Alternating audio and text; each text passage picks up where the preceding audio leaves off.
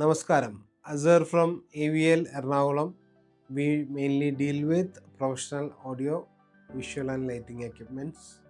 ഇന്ന് നമുക്ക് മൈക്രോഫോണുകളെ കുറിച്ച് മനസ്സിലാക്കാം.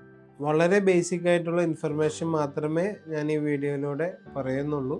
ഒരു ഡയഫ്രോം, ചെറിയൊരു കോയിലും കാന്തവും അടങ്ങുന്ന ഒരു കാട്രിഡ്ജാണ് എല്ലാ മൈക്രോഫോണിൻ്റെയും പ്രധാന ഘടകം. അതൊരു ഗ്രില്ല് കൊണ്ട് മൂടിയിട്ടുണ്ടാവും.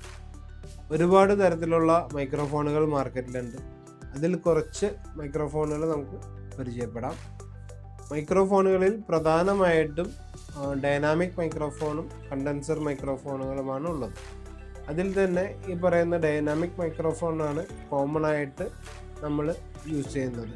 സ്പീച്ചിനും പാട്ട് പാടാനും എല്ലാ വോക്കൽ പർപ്പസിനും പെർഫോമൻസിനെല്ലാം നമ്മൾ ഡൈനാമിക് മൈക്രോഫോണാണ് ഉപയോഗിക്കുന്നത്. ഒരു കണ്ടൻസർ മൈക്കിൽ ഡൈനാമിക് മൈക്കിൽ നിന്നും വ്യത്യസ്തമായി മൈക്കിൽ വരുന്ന സിഗ്നലിനെ ആംപ്ലിഫൈ ചെയ്യാനായി ഒരു ഇലക്ട്രിക്കൽ കപ്പാസിറ്റർ ഉണ്ടായിരിക്കും. കണ്ടൻസർ മൈക്രോഫോൺ പ്രധാനമായിട്ടും റെക്കോർഡിംഗ് പർപ്പസിനും അതുകൂടാതെ അക്യൂസ്റ്റിക്കൽ ഇൻസ്ട്രുമെൻസുകളിലും എല്ലാം നമ്മൾ കണ്ടൻസർ മൈക്രോഫോണാണ് ഉപയോഗിക്കുക. ഇത് കൂടാതെ തന്നെ റിബൺ മൈക്രോഫോൺസ് വരുന്നുണ്ട്, പിന്നെ ലാപ്പൽ മൈക്രോഫോൺസ് വരുന്നുണ്ട്, ഷോർട്ട് ഗൺ മൈക്രോഫോൺസ് വരുന്നുണ്ട്. റിബൺ മൈക്രോഫോണുകളും കൂടുതലുമായി സ്റ്റുഡിയോ പർപ്പസിൽ ഉപയോഗിക്കപ്പെടുന്നു. ലാപ്പൽ മൈക്രോഫോൺ നമ്മുടെ സ്പീച്ച് പർപ്പസിന് തന്നെ ഹാൻഡ് ഫ്രീ ആയിട്ട് ഉപയോഗിക്കാനാണ് ലാപ്പൽ മൈക്രോഫോൺസ് ഉപയോഗിക്കുന്നത്. ഷോർട്ട് ഗൺ മൈക്രോഫോൺസ് വന്നിട്ട് പബ്ലിക്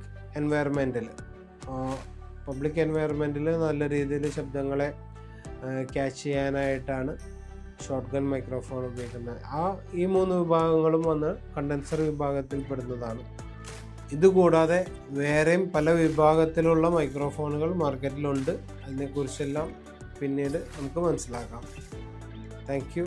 നന്ദി. നമസ്കാരം.